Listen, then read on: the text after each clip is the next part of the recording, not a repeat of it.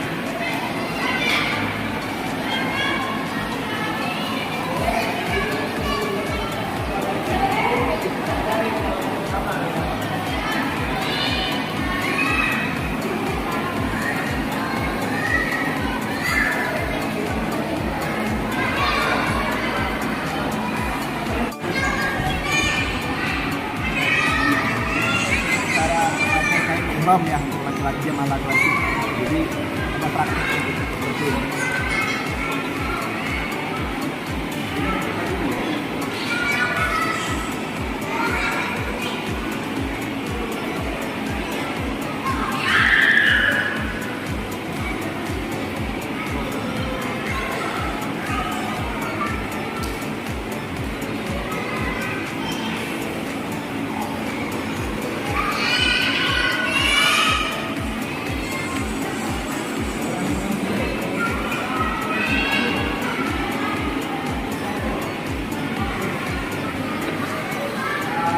Ya, nanti praktek aja ya. Ya, nanti maksudnya harus bawa di rumah ini ya.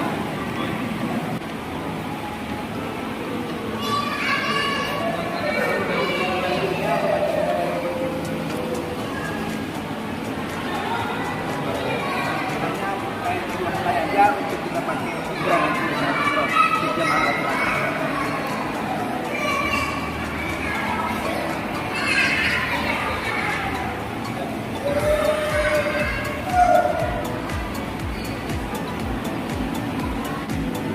Ini cara pemakaian baju untuk kain di lewat samping.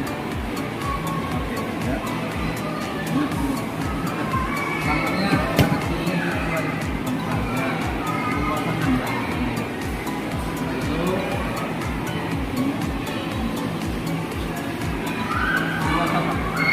Ini untuk sholat.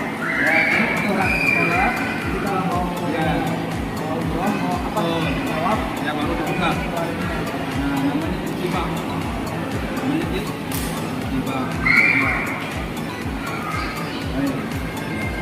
Jadi pada saat tawaf Pak, tawaf nanti setelah tawaf akan melaksanakan sholat tawaf kembalikan lagi. Nah, jelas ya? Nah, kita sholat ini aja dulu. Ini sehari-hari semua udah ada bulan. Nggak usah ada baju atau celana dalam. Ya. Ini dilepas. Jadi sebenarnya praktek baju ihram itu macam-macam model. Ada yang tadi lurus, baru kemudian kan, baru dijepit kiri, kanan, baru digulung. Ada yang nanti modelnya yang kanannya lebih pendek, ini disampingkan, baru dikaitkan, macam-macam ya. Nah kemudian ini baju ihramnya, ya pastikan yang kanannya jauh lebih panjang, ya yang kirinya lebih pendek. Setelah itu yang kirinya diselipkan di pinggang kanan, baru kemudian yang kanannya ini dijepit di pundak kirinya, ya seperti ini jadinya. Jadi bapak tangannya lupa dijadikan, luasakan, luasa ya sudah. Nah, nanti fungsi tas, ya bukan pakai sholat dan jongkok juga jongkok, aman. Ya oke sudah. Kalau sudah nyaman, sudah bisa. Nanti tas serba ini, ya. Nah ini nanti tas ini digunakan pada saat mau umroh. Jangan lepas, ya. Ya. Ya. Nanti aja. Nanti saat ditawaf baru dipakai. Tujuannya untuk mempererat, Iya, betul. Ya, jelas ya. Baik. Tapi Ibu sekalian, saatnya kita berniat umroh. Sama-sama kita lihat ya. Sudah pertama pastikan buat bapak-bapak lepaskan dulu pecinya. Pastikan roboh dulu bagian bawahnya apakah masih terbawa dalaman atau tidak ya. Kemudian tidak boleh menutupi mata kaki. Berarti pakai kaos kaki itu buat bapak-bapak nggak boleh, kecuali buat ibu-ibu ya. Setelah itu kita pun bersiap-siap untuk berniat umroh. Apakah nanti di halaman masjid atau nanti di bis itu kondisional ya. Sama-sama ya, kita mulai ya niat umroh. Bismillahirrahmanirrahim.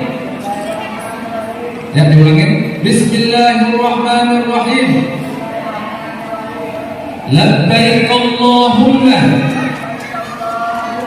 umratan nawaitu al-umrata wa ahramtu biha lillahi ta'ala. Ya, itu niat umroh. Disampaikan, diucapkan secara jelas, dimantapkan di dalam hati. Aku sengaja memenuhi panggilanku ya Allah untuk beribadah umroh. Ada dua niatnya tadi. Pertama labbaik Allahumma umrotan dan nawaitu. Ustaz, kalau seandainya saya pilih salah satunya boleh, tapi lebih afdal adalah yang bersyukur langsung dari hadis Nabi, yaitu labbaik Allahumma umrotan. Adapun pakai nawaitu boleh, karena nawaitu pendapat ulama ya, dari Imam Al-Ghazali atau Imam Nawawi boleh. Dua-duanya boleh diucapkan. Setelah kita berniat langsung membaca talbiyah. Sama-sama baca talbiyah. Labbaik Allahumma labbaik. Labbaik la syarika laka labbaik. Innal hamda wan ni'mata laka wal mulk la syarika laka. Ya, itu talbiyah dibaca sepanjang jalan sampai ke Mekah. Tapi enggak selama baca talbiyah ya, bisa baca selawat juga, Allahumma sholli ala sayyidina Muhammad, baca doa juga boleh dan seterusnya. Ingat Bapak Ibu sekalian, ketika kita sudah membaca niat, maka status kita sebagai seorang yang sedang berihram. Saya akan sampaikan rukun umroh ada berapa? Rukun umroh ada berapa? Ada 5. Pertama niat atau ihram. Yang kedua tawaf. Yang ketiga sa'i. Yang keempat ta'allul. Dan yang kelima tertib. Berapa? Tertib 5. Harus hafal ya. Meskipun itu ada ulama-ulama yang berbeda juga rukun-rukunnya, tapi dalam mazhab Syafi'i ada 5. Pertama ihram atau niat, yang kedua tawaf, yang ketiga sa'i, yang keempat tahallul, dan yang kelima tertib. Ini harus dikerjakan. Kalau tidak dikerjakan tidak sah umrohnya. Jelas ya. Nah, sekarang kita sudah masuk di rukun pertama, yaitu niat atau ihram. Setelah kita berniat, maka ada hal-hal yang harus diperhatikan oleh seseorang yang sedang berihram, yaitu larangan-larangan ihram. Larangan-larangan ihram. Untuk ibu-ibu tidak boleh pakai, ya duduk aja. Oke ya. Tidak boleh pakai cadar. Nggak boleh menutup kedua telapak tangan untuk ibu-ibu.